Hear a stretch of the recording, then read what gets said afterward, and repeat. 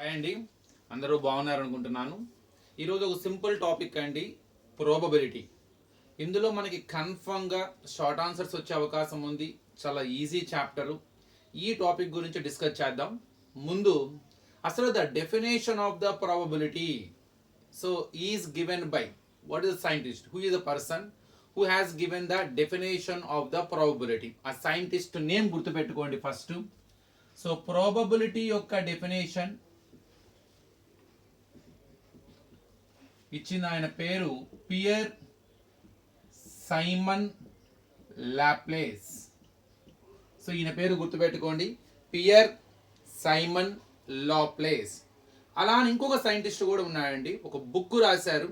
So ఈ book పేరు games of chance. Games of chance. ఈ బుక్ రాసిన సైంటిస్ట్ పేరు జే కార్డన్. ఈ ఇద్దరి పేర్లు మాత్రం బాగా గుర్తుపెట్టుకోండి. So the definition of the probability was given by Pierre Simon Laplace and the author of the book games of chance is J Cardan. First ఇవి రెండు అనమాట. ఇక ఇందులో మనకి సింపుల్ గా అడిగే క్వశ్చన్స్ 1 మార్క్ వచ్చేసరికి probability of sure event 1, probability of impossible event 0. దాన్ని డిఫైన్ షూర్ ఈవెంట్ అనొచ్చు. So if the probability of any event is 0, it is impossible event. If the probability of any event is 1, it is called as a sure event. Definition అడగచ్చు, దాని probability అడగచ్చు. Next దీని మీదే the value of probability lies between 0కి 1కి మధ్యలో ఉంటూ, so 0 కూడా అయి ఉండొచ్చు, 1 కూడా అయి ఉండొచ్చు. 0 అయితే అది ఇంపాసిబుల్ ఈవెంట్, 1 అయితే అది షూర్ ఈవెంట్. సో కాబట్టి the value of any probability of any event lies between 0 and 1 including 0 and 1. అయితే 0 అన్న అవ్వాలి, లేదు 1 అన్న అవ్వాలి, లేదు మధ్యలో అన్న ఉండాలి. ఇది ఒకటి ఇంపార్టెంట్ అయిందండి. నెక్స్ట్ దీనిలోనే ఇప్పుడు ఈ డెఫినేషన్ మీదే మనకు కొన్ని సింపుల్ క్వశ్చన్స్ అడుగుతారండి. For example, can 7/2 be the probability of an event explain. అంటే ఏదైనా ఒక ఈవెంట్కి ప్రాబబిలిటీ 7/2 వచ్చే అవకాశం ఉందా లేదా? ఉండదండి. ఎందుకంటే 7/2ను డివైడ్ చేస్తే మీకు 3.5. ఇప్పుడే ఇందాక డిస్కస్ చేసాం. ప్రాబబిలిటీ వాల్యూ అయితే 0 అన్న అవ్వాలి, 1 అన్న అవ్వాలి, లేదా మధ్యలో ఉండాలి. ఇది 1 క్రాస్ అయిపోయింది కాబట్టి it cannot be A. So probability of any event, అసలు ఏ ఈవెంట్కి ఇది ప్రాబబిలిటీ ఉండే అవకాశం లేదు. బాగా ఇంపార్టెంట్ అండి, ఇది గుర్తుపెట్టుకోండి. నెక్స్ట్ ఇదే విధంగా which of the following cannot be the probability of an event? A 2.3, B -1.5, C 15%, D 0.7. ఇందులో ఏవి ప్రాబిలిటీగా అంటే ఆ వాల్యూస్ అనేవి ప్రాబిలిటీగా ఉండే అవకాశమే లేదు, ఏ ఈవెంట్కి అది ప్రాబిలిటీ కాదు. వీటిలో ఏంటి? 2.3 కాదు, అసలు 1 క్రాస్ అయిపోయింది, మైనస్లో ఉండదు. సో 15% అంటే 15/100 అంటే 0.15, 0కి 1కి మధ్యలోనే ఉంటుంది. 0.7. సో ఇవి రెండు కూడా 0కి 1కి మధ్యలో ఉన్నాయి కాబట్టి so there is a possibility to have the probability of any event. But first 2, so they cannot be probability of any event because the values are not lying between 0 and 1 including 0 and 1. ఇంకా next complementary events. ఒక event P of E, ఆ ఈవెంట్కి opposite. అంటే for example tile పడింది అనుకోండి. Tile పడింది అంటే head పడలేదనే కదండి, అంటే దానికి ఆపోజిటేగా.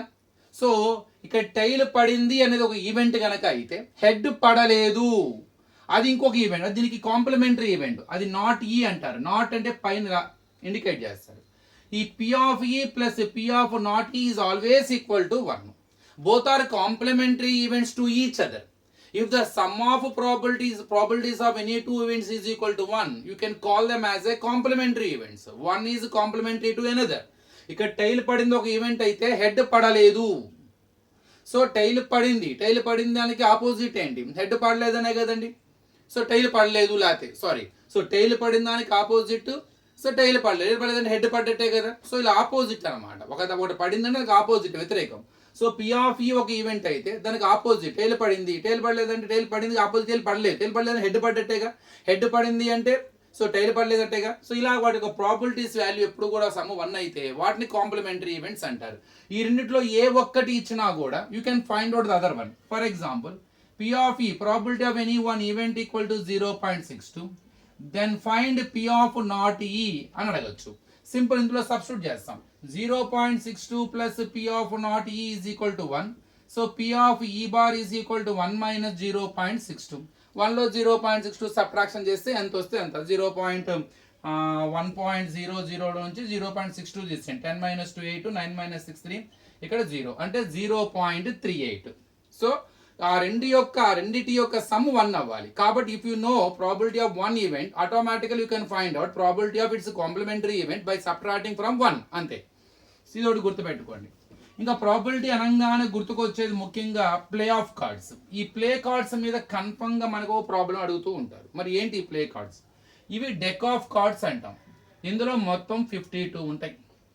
ఈ 52ని 4 ఈక్వల్ పార్ట్స్గా డివైడ్ చేస్తే 13 13 13 వస్తాయి. అంటే 13 4 సూట్స్ అంటారు వీటిని. 13 13 ఈ 4ని మనము సూట్స్ అంటాం. ఈ 4కి 4 సింబల్స్ ఇచ్చారు. ఫస్ట్ది వచ్చేసరికి క్లబ్స్ అని, రెండవది స్పేడ్స్, మూడవది డైమండ్, తర్వాత heart. Clubs, spades, diamond, heart. ఇవి రెండు వచ్చేసరికి బ్లాక్ కలర్లో ఉంటాయి. ఇవి రెండు వచ్చేసరికి రెడ్ కలర్లో ఉంటాయి. Black, red. ప్రతి దాంట్లో 1 కాకుండా ఏస్ ఉంటుంది. తర్వాత 1 బదులు ఏస్ ఉంటుంది. నంబర్స్ ఇక 2 3 4 అండ్ సో ఆన్ 10 దాకా ఉంటాయి. 10 దాకా అంటే 10 కార్డ్స్. మొత్తం 13 కార్డ్స్ కదా, ఇంకో 3 ఉండాలి. ఆ 3 king, queen, Jack. So king, queen, Jack, king, queen, Jack. వీటిని ఫేస్ కార్డ్స్ అంటారు. సో సింపుల్ అండి. Total set 52 cards together, it is called a deck of cards. It was divided into 4 equal parts so that every part will have 13 cards. So together 13 cards is called a suit. So it was divided into 4 suits, and every suit, but total 4 suits are divided into 2 parts in the point of symbols, 4 symbols. Matlab 4 parts 4 symbols untai. Clubs, spades, diamond and heart. Color wise 2. First 2 are in black, next 2 are in red. And every card will have 13 cards, as I said. In out of 13, so 1 to 10 numbers is there, but in the place of 1 we get ace, and last 3 cards are in the name of face cards, we get king, queen, jack. ఇవి ఇక వీటి మీద ఎలా అడుగుతుంటారు వాడి ఇష్టం అండి. For example probability of face card అని అనొచ్చు. మనం ర్యాండమ్గా if you want to take అంటే if you take a card randomly from the deck of cards without seeing what we are going to get, then what is the probability of getting a face card. మనం కళ్ళు మూసుకుని ఒక card తీయాలి, అది face card అయి ఉండాలి. What is the general formula? Theoretical probability అన్నా classical probability అన్నా ఒకటే. What is the formula for to find out the probability of so any event? So in theoretical probability or classical probability, number of favourable outcomes by total number of outcomes. ఇక్కడ number of favourable outcomes ఎన్ని ఉన్నాయి? మనకి face card కావాలి. ఆ ఏ face card కావాలి clear చెప్పట్లా. అది ఏ సింబల్ ఉండాలి, ఏ కలర్ ఉండాలో చెప్పట్లా. ఎనీ ఫేస్ కార్డ్ అన్నాడు. క్వింగా, క్వీనా, జాకా అని చెప్పట్లా. అంటే అన్నీ మనకి మొత్తం 4 3 12 మనకి ఫేవరబుల్గా ఉన్నాయి. 12/52 వీటిని క్యాన్సిలేషన్ చేస్తే సింప్లిఫైడ్ ఫ్రాక్షన్ వస్తుంది అనమాట. ఫర్ ఎగ్జాంపుల్ ఇలా అడిగారు, పి ఆఫ్ రెడ్ హార్ట్ అని అడిగారు. అంటే మనం ఒక కార్డు తీయాలి ర్యాండమ్గా, అది రెడ్ హార్ట్ అయి ఉండాలి. అసలు రెడ్ కలర్లో ఎన్ని ఉన్నాయి మనకి? 2 ఉంటాయి, డైమండ్, హార్ట్. మనకి హార్ట్ కావాలి. హార్ట్లో పర్టికులర్గా ఏ కార్డు కావాలో అడగట్లా. అంటే ఏ కార్డు వచ్చినా మనకి ఫేవరబులే. అంటే రెడ్లో మొత్తం ఎన్ని ఉంటాయి మనకి? 13 ఉంటాయి. అంటే 13/52. సో ఇట్లా వాళ్ళు ఏ క్వశ్చన్ అడిగినా సరే, if you understand the so what is the deck of face card and what type of cards we have, మీకు అవన్నీ తెలిస్తే వాడు ఏ క్వశ్చన్ అడిగినా ఈజీ కనుక్కోవచ్చు. The basical formula number of favourable outcomes by and total number of outcomes. For example ఇంకోటి చూద్దాం. So P of ace in black ఇలా అడిగాను. అది ఏస్ అయి ఉండాలి, అలానే బ్లాక్ కలర్లో ఉండాలి. యాక్చువల్లీ బ్లాక్లో ఒక ఏస్ ఉంటుంది, సో 2 ఉంటాయి బ్లాక్లో. ఎందుకంటే విత్ క్లబ్స్లో ఒకటి ఉంటుంది, స్పేడ్లో ఒకటి ఉంటుంది. కాబట్టి సో 2/52 మనకి 2 ఫేవరబుల్ ఉన్నాయి. మనకి టోటల్ 52. ఇట్లా వాళ్ళు ఎలా అన్నా తయారు చేయొచ్చండి, any number.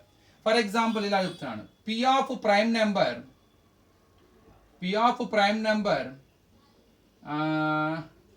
With spade symbol అడిగాను, ఇట్లా అడిగాను. అది ప్రైమ్ నెంబర్ అయి ఉండాలి, స్పేడ్ సింబల్ అయి ఉండాలి. స్పేడ్ అంటే ఇది, ఇందులో 13 ఉంటాయి. ఆ 13లో ప్రైమ్ నెంబర్స్ మనకి 1 to 10లో 1 ఎటు ఉండదు. 2 prime number, 3 prime number, 5 prime number, 7 prime number, 9 prime number కాదు. అంటే మనకి 4 ఫేవరబుల్ ఉన్నాయి. కాబట్టి ద ఆన్సర్ 4/52. ఇలా ఈవెన్ నెంబర్ అడగచ్చు, కాంపోజిట్ నెంబర్ అయి ఉండొచ్చు, లేదు హార్ట్ విత్ క్లబ్స్ అనొచ్చు, సారీ హార్ట్ విత్ రెడ్ అనొచ్చు, 10 విత్ హార్ట్ అనొచ్చు, లేదు జాక్ విత్ డైమండ్ అనొచ్చు, లేదు కింగ్ విత్ స్పేడ్ అనొచ్చు, లేదు ఓన్లీ క్లబ్స్ అనొచ్చు. అంటే మొత్తం 13/52. ఇలా మీకు ఈ కాన్సెప్ట్ తెలిస్తే చాలండి, మీకు ఏ ప్రాబ్లం అయినా కూడా మీరు దాన్ని హ్యాండిల్ చేయొచ్చు. ఇట్లా ఇంకా అప్పుడప్పుడు రాయమంటుంటారు మనకి. అంటే what are the total possible outcomes when you toss a coin twice or 2 coins or twice at a time and write all the possible outcomes. అంటే మనము 2 కాయిన్స్ని ఒకేసారి వేసాం, లేదు ఒక కాయిన్ 2 సార్లు వేసాం. అప్పుడు what are the total possible outcomes we get, మనకి ఎలాంటి అవుట్కమ్స్ వచ్చే అవకాశం ఉంది. అంటే 2 కాయిన్స్ వేసాం అంటే ఎలాంటి అవుట్కమ్స్ వస్తాయి అంటే 2 టైల్సా, 2 హెడ్సా, ఇలా ఎన్ని పాసిబిలిటీస్ ఉంటాయి? 4 పాసిబిలిటీస్ ఉంటాయండి. ఏవేంటి అవి? 2 టైల్స్ పడవచ్చు, లేదు ఒక టైలు ఒక హెడ్ పడవచ్చు, లేదు ఒక హెడ్ ఒక టైల్ పడవచ్చు, లేదు 2 హెచ్లు పడవచ్చు. So TT, TH, HT, HH. Coin ఒకసారి వేస్తే 2 వస్తాయండి. అది టైల్ అన్నా కావచ్చు, హెడ్ అన్నా కావచ్చు. దీనికి ఫార్ములా 2 పవర్ n. అంటే 2 పవర్ ఒకసారి వేస్తే 1, 2 టైమ్స్ వేస్తే 4, మరి 3 టైమ్స్ వేస్తే 8 వస్తాయండి. అంటే ఒకేసారి మనము 3 కాయిన్స్ కనుక వేస్తే, సో ముగ్గురము కాయిన్ టాస్ చేసాం, అప్పుడు మనకి ఎన్ని రకాల పాసిబిలిటీ అవుట్కమ్స్ వస్తాయి? ఆ వచ్చే అవుట్కమ్స్ ఎన్ని రకాలుగా ఉంటాయి? సో 3 టైల్సే పడవచ్చు, 3 హెడ్సే పడవచ్చు, లేదు మొదటి 2 టైల్ పడి 3ది హెడ్ పడవచ్చు, లేదు హెడ్ టైల్ హెడ్, ఇలా చాలా రకాలు ఉంటాయి. ఎన్ని రకాలు ఉంటాయి? 8 రకాలు ఉంటాయండి. 3 టైమ్స్ కాబట్టి 3 కాయిన్స్ కాబట్టి 2 క్యూబ్ 8. ఆ 8 ఎలా గుర్తుపెట్టుకోవాలి ట్రిక్ చెప్తాను. సో 4 టీలు రాయండి ఫస్ట్, తర్వాత 4 హెచ్లు రాయండి, తర్వాత టీటీ, టీహెచ్, హెచ్టీ, హెచ్హెచ్, మళ్ళీ టీటీ, టీహెచ్, హెచ్టీ, హెచ్హెచ్, ఇలా ఉంటాయి ఆ 3. అంటే 3 టైల్స్ పడవచ్చు, ఫస్ట్ ఇద్దరికి టైల్ పడి 3వ వాడికి హెడ్ పడవచ్చు, లేదు మొదటి ఇద్దరికి టైల్ పడి 3వ వాడికి, సారీ ఇక్కడ హెచ్టీ అండి. సో మొదటి వాడికి టైల్, తర్వాత హెడ్ పడవచ్చు, మొదటి వాడి టైల్ పడి మిగతా ఇద్దరికి హెడ్ పడవచ్చు, మొదటి వాడి హెడ్ పడి మిగతా ఇద్దరికి టైల్స్ పడవచ్చు, హెడ్ టైల్ హెడ్, ఇట్లా మొత్తం 8 రకాలు. 8 రకాల్లో ఏదో రకంగా పడుతుంది. సో అప్పుడు అడుగుతుంటాడు అన్నమాట, write all the possible outcomes when we toss 2 coins at a time అనొచ్చు, లేదా when we toss coin twice అనొచ్చు. ఇట్లా అడిగితే మనకి 8 రకాలుగా గుర్తుపెట్టుకోవాలి. అలానే